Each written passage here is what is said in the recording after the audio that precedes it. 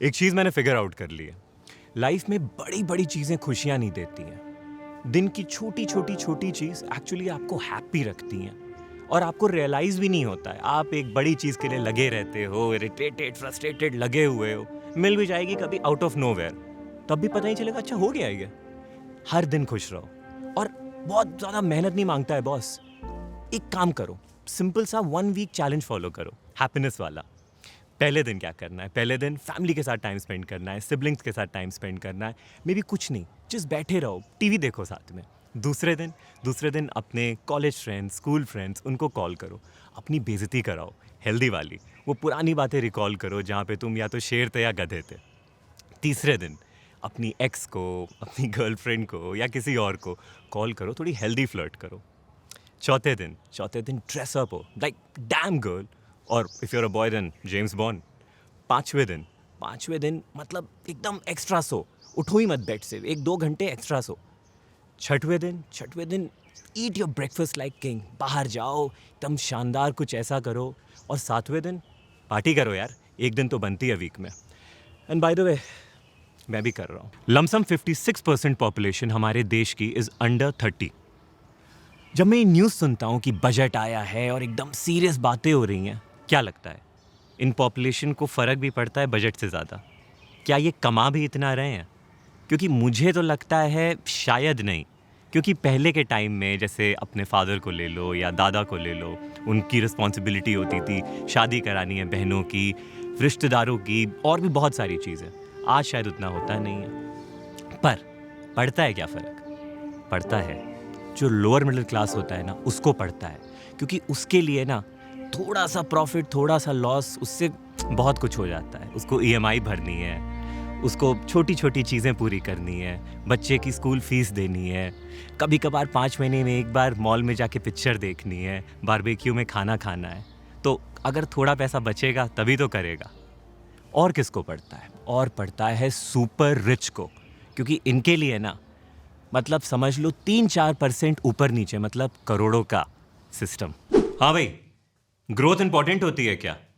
देश के लिए, विदेश के लिए, दुनिया के लिए होती तो है। अच्छा, ये अपना इंटरनेशनल मॉनेटरी फंड जो है, इसने फोरकास्ट करी है ग्रोथ को लेके 2023 का। तो ग्लोबल फोरकास्ट क्या है ग्रोथ का? Which is 2.9%। पर इंडिया का क्या है? काफी खुश हो गए, मोर देन 6.8%। लेकिन क्या खुश होने की बात है इतनी?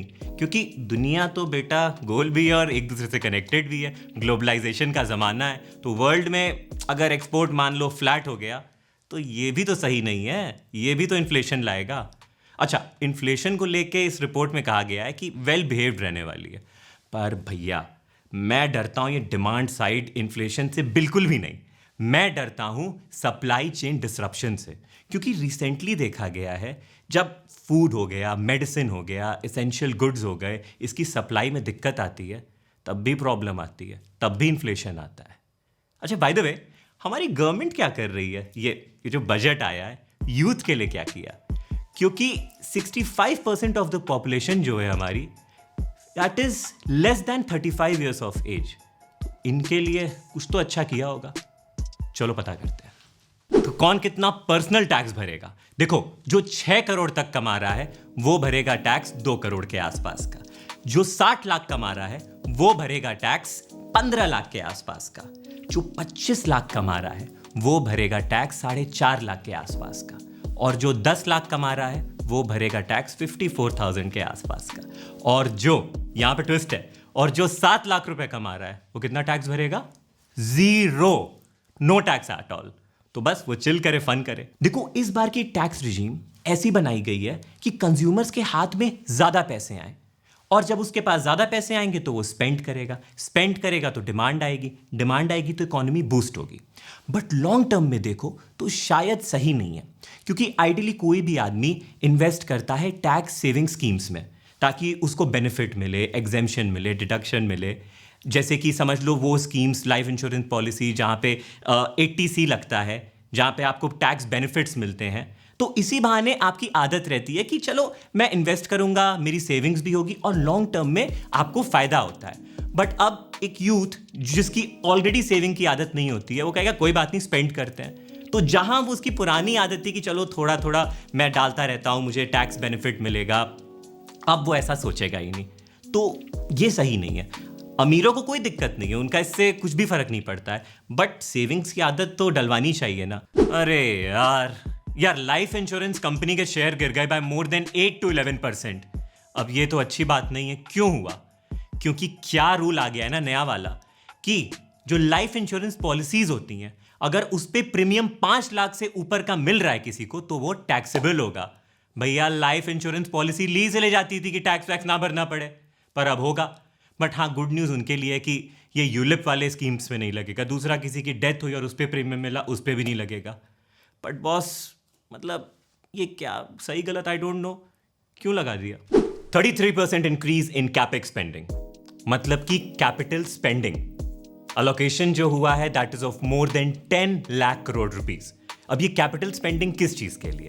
Large scale infrastructure, highway, railways, fibre optical और पब्लिक वेलफेयर से रिलेटेड जो चीजें होती हैं, which is like 33% increase.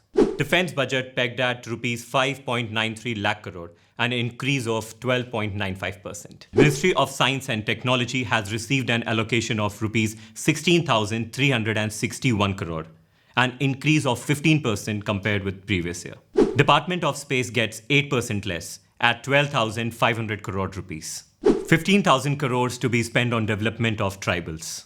Jal Jeevan Mission gets more than 69,000 crore, up from 54,000 crores. Majority लोग इंडिया में या तो सर्विस सेक्टर में या एग्री सेक्टर में। तो एग्री सेक्टर के लिए गवर्नमेंट क्या कर रही है? सबसे अच्छा काम तो ये किया है कि more than 20 lakh crore rupees allocate कर दिया है फॉर एग्री सेक्टर। अब टेक्नोलॉजी का जमाना है, तो गवर्नमेंट ने बोला हम एक ओपन डिजिटल प्लेटफॉर्म बनाएंगे फार्मर्स से एग्री रिलेटेड चीज़ों के लिए। अब इसमें सिंपल सा है, जैसे मान लो क्रॉप की हेल्थ जाननी है, उसके बारे में अंडरस्टैंडिंग लेनी है, एक्सपर्ट से सजेशंस लेना है, वो भी मिलेगा वहाँ। अब उसके लिए अगर चाहे क्रेडिट लेना हो, चाहे इंश्योरेंस लेना हो, वो भी। स्टार्टअप्स होंगे एग्री से रिलेटेड, उसमें भी फंडिंग, ये सारी चीज़ वहाँ पे होगा। पूरा डेटा अवेलेबल रहेगा। बेसिकली फार्मर्स को असिस्ट करने के लिए ये प्लेटफॉर्म्स बनाए गए हैं and people who are associated with this industry. एक चीज़ अब ये अच्छी या बुरी है, या आप पे डिसाइड करना। सब्सिडीज जो थी फूड पे, फर्टिलाइजर्स पे, पेट्रोलियम पे, वो कम कर दी by more than 28.2%, somewhere which is around, आप समझ लो 3.7 लाख करोड़ रुपीस। पहले इट वॉज मोर, कुछ 5 लाख करोड़ के आसपास थी, लेकिन पहले बनता भी तो था ना, क्योंकि ये क्लैमिटी हुई थी, कोविड हुआ था, तो बढ़ाई फ्री सप्लाई करने के लिए। अब चीज़ें बैलेंस्ड हैं, लेकिन कम क्यों करनी पड़ रही है? ऐसे नाराज़ मत हो गवर्नमेंट में, भाई फिजिकल डेफिसिट होता है ना, उसको मेंटेन करना होता है, एक रेंज होती है। अभी गवर्नमेंट ने कहा है कि 5.9 पे रखेंगे, तो बैलेंस होना चाहिए, which is a good thing I think. तेरे घर के सामने एक घर बनाऊंगा, तो गवर्नमेंट क्या करी? गवर्नमेंट ने बोला कि देखो यार, ये जो पीएम आवास योजना है, इसमें ना थोड़ा सा हम इसको पावर देते हैं, इसमें हम इंक्रीज करते हैं बाय मोर देन 66%। कितना? मतलब समझ लो more than 79,000 crore rupees allocate किए इस चीज़ के लिए, तो हर किसी को घर अब मिलेगा। वर्ल्ड में एक प्रॉब्लम चल रही है, आने वाले टाइम में maximum countries, maximum population ageing वाले सेक्टर में आ जाएंगी, लेकिन इंडिया में ऐसा कुछ नहीं है। By 2030 more than 60% of the Indian population will be of working age. अब गवर्नमेंट इसके लिए कर क्या रही है? गवर्नमेंट इसके लिए कुछ अच्छे ही डिसीजंस ले रही है, स्टार्टिंग विद टेक्नोलॉजी सेक्टर। सबसे पहले तो रेवेन्यू की बात कर लेते हैं, which is more than $250 billion, employing more than 50 lakh people. तो गवर्नमेंट ने इस बजट में डिसाइड किया कि हम पीएम विकास कौशल योजना निकालेंगे 4.0। इसमें होगा क्या?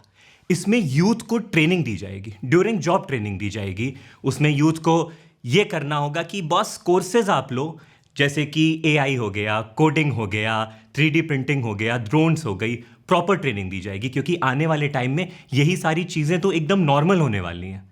इनफैक्ट गवर्नमेंट ने ये बोला है कि वो इंटरनेशनली 30 स्किल सेंटर्स खोलेंगी जो इंडियन यूथ है अब्रॉड में, उनको ट्रेन करने के लिए। स्टाइपेंड भी दिया जाएगा to more than 40 lakh people. Now that's some great news. Price of imported gold will be increased by more than 5%. पर एक गुड न्यूज़ भी है। गुड न्यूज़ ये है, जो कैपिटल गेन टैक्स लगता था in converting physical gold into digital gold and vice versa, now no capital tax gain. And by the way, ये जो लैब ग्रोन डायमंड होते हैं ना, that cost 60% cheaper than the real diamond. तो बस अगर दिखाना ही है और इंस्टाग्राम के लिए, तो यही ले लो। देखो, एक चीज़ तो बहुत क्लियर है, India is very serious about being a leader in global manufacturing. अब चाहे इंडिया की वो PLI स्कीम हो, चाहे इंडिया की initiative to make in India, चाहे वो आत्मनिर्भर भारत इनिशिएटिव हो, बट इंडिया कर क्या रहा है एग्जैक्टली? सो बेसिकली इंडिया कर क्या रहा है कि जो फिनिश गुड आ रहे हैं बाहर से, उस पे इंडिया कस्टम्स ड्यूटी बढ़ा दे रहा है कंपेरेटिवली ज़्यादातर। लेकिन क्योंकि यहां पे प्रोडक्शन मैन्युफैक्चरिंग करने के लिए इनपुट जो चीज़ होती है वो चाहिए, इसीलिए इनपुट कॉस्ट पे वो कस्टम ड्यूटी रिड्यूस कर रहा है। फॉर एग्जाम्पल, सपोज करो जो चिमनीज है जो किचन में लगती हैं, उस पे इंडिया ने कस्टम ड्यूटी बढ़ा दी है, लेकिन जो उसमें कॉइल लगती है उस पे कस्टम ड्यूटी रिड्यूस कर दी है, क्योंकि मैन्युफैक्चरिंग यहां पे करनी है। आप सोचो, मोर देन 146 प्रोडक्ट को एग्जेम्प्ट कर दिया गया है from custom duty. So India is making a progressive change. अब बात करते हैं ग्रीन एनर्जी की, उसके लिए इंडिया क्या कर रहा है, क्योंकि इंडिया को उसमें भी लीडर बनना है। तो जो लिथियम बैटरीज होती हैं जो EV में लगती हैं, उस पे भी इंडिया ने काफ़ी एग्जेम्पशन रिडक्शन कर दिया कस्टम ड्यूटी पे। India is actually planning things where it can have a sustainable future and be a leader in manufacturing sector. 10 साल हो गए हैं उस बात को, काश मैंने उससे बात ही नहीं की होती, क्लास 12th में अच्छे से पढ़ाई की होती, GMAT निकाला होता, विदेश जाता, ऑपोजिट जेंडर वाली दोस्तें बनती, इंग्लिश में बातें होती, वाइन पीते। कुछ नहीं हुआ।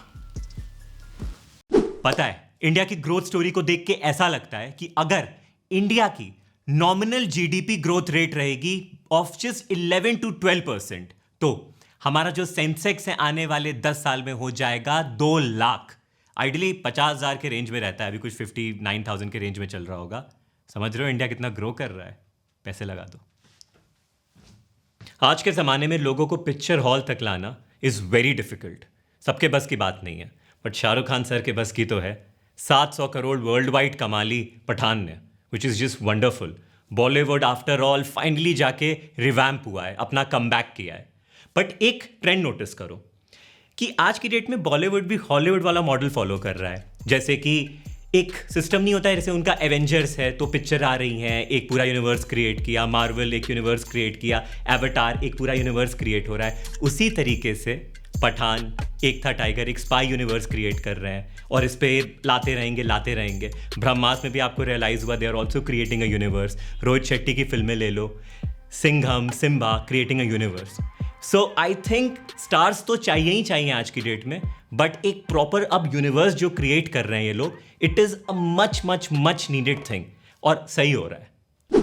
यार, समय बदलते देर नहीं लगती है, इसीलिए लाइफ में हमेशा हम्बल रहो।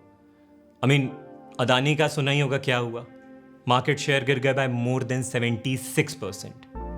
जनवरी 24 तक के पहले इनकी मार्केट कैपिटलाइजेशन थी more than 16 lakh crore rupees.